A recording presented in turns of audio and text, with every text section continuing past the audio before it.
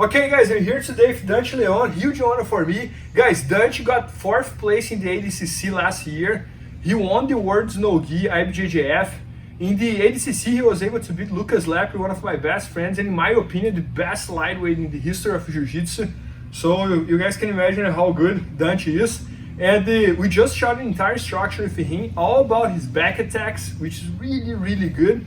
And today he's gonna show us here one of his favorite back attacks. So super excited to learn from him. Let's do it, Dante. Awesome, man. Glad to be here. So let's start standing here in a common position that we get a lot of scrambles that we get where we're behind the guy here with like a tight waist or a body lock here, okay? There's a lot of different things that people do to try and take the back from here. Yeah, when the guy's running like this is common, okay? So first things first is I want to defend my arm from the Kimura, okay? So I want my hand to cover and I want to pull this in tight. I want my head to stay outside. I don't want to keep my head low where he can lock around here or he can lock the Kimura with my head down low here, okay? I want my head on the back. I want to be off on an angle and crunch his hip. So how I'm going to take him to the mat, I want to take him down on an angle towards the mat. So I need to block his foot, okay? All I'm going to do is step on his foot and drop my knee towards the mat, okay? Very simple. When I'm here like this, okay, I'm going to step, drop my knee towards the mat and fall down with Bernardo here, okay? Once I fall to this side, I have to have some kind of grip to control this side. If I do not control this shoulder, he's gonna get his shoulder blades to the mat, or he's gonna turn to the floor, like put your back on the mat here, and he's gonna escape, okay? This is not like a sufficient enough hold to hold him. So what we're gonna do here, body lock, step, bring my knee down on the mat. Once I'm here, I'm gonna come up to his shoulder blades, pull myself up to wedge myself between him and between me and the floor here.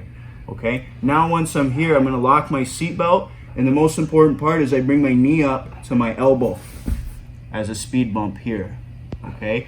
Rather than throw my leg over into the technical mount like this, which is a huge movement and it creates a lot of space, I'm gonna bring my knee up into this space here. And I sit him in my lap, okay? Now I'm pinching my thighs here where he can't really move around either way, okay? And now I'm gonna use this hook is gonna come in. How my hook comes in, I don't wanna swing. I wanna keep my inner thighs pinched. Hook comes in, I pull to the other side, my knee is still high. My hook moves from the knee down here. So from the knee to the hip, I'm isolated, pinching against his body, and now my hook can come in. Okay, once I'm here, this is common, we have to do a checklist. My chest is in the middle of the shoulder blades, my ear and head is about on the same level as his, and I'm able to trap hands and start to attack from here. Okay? So one more time, Dante. So I have the body lock here. I don't try and lift, I don't try and do anything. I block. Just simply block, and then I bring down my knee. I don't want to be running with my hips square to him on this side where he can defend. I want to be behind him, tight against the waist, step, bring him down here. I'm going to climb up his back to get to the seatbelt. Now, my knee is one by my elbow, the other by my elbow here. I'm going to pull him into my lap. Notice where he is. Pinch him between my legs. His chest, I'm stabbing with my seatbelt, holding him in tight to my chest. My knee's gonna come up, hook comes in, we come to the other side. Now that my leg is tight, my hook is able to come in. If he's blocking my hook with the knee and elbow connection here, and I can't get in, when I keep my knee up high by my elbow, I'm able to throw over his arm and potentially trap his arm, which then can lead to more attacks from the back.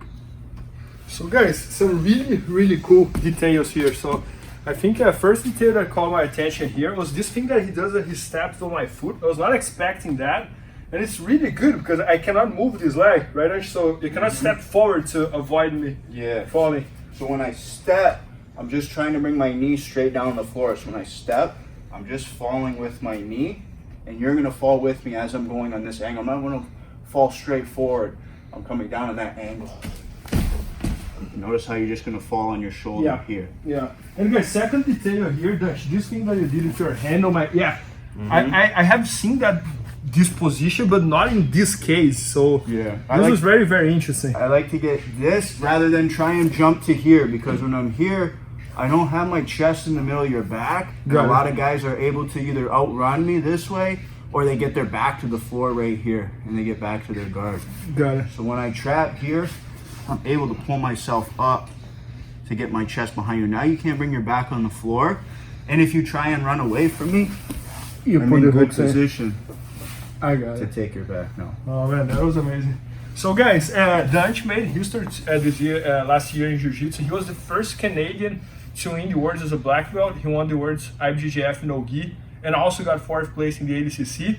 And as I said today, we just shot an entire structure for him all about his back attack system, and it's going to be available soon at bjjfanatics.com. So maybe by the time you're watching, it's already there. So make sure to check that out. Thanks so much, Dante. Appreciate it. Awesome. Please help me out to grow my YouTube channel. Just click subscribe. And to watch more videos, just click under see more videos. I hope you enjoyed. BJJFanatics.com. Use the promo code YouTubeFaria to get 10% off any instructional video. Improve your jiu-jitsu faster.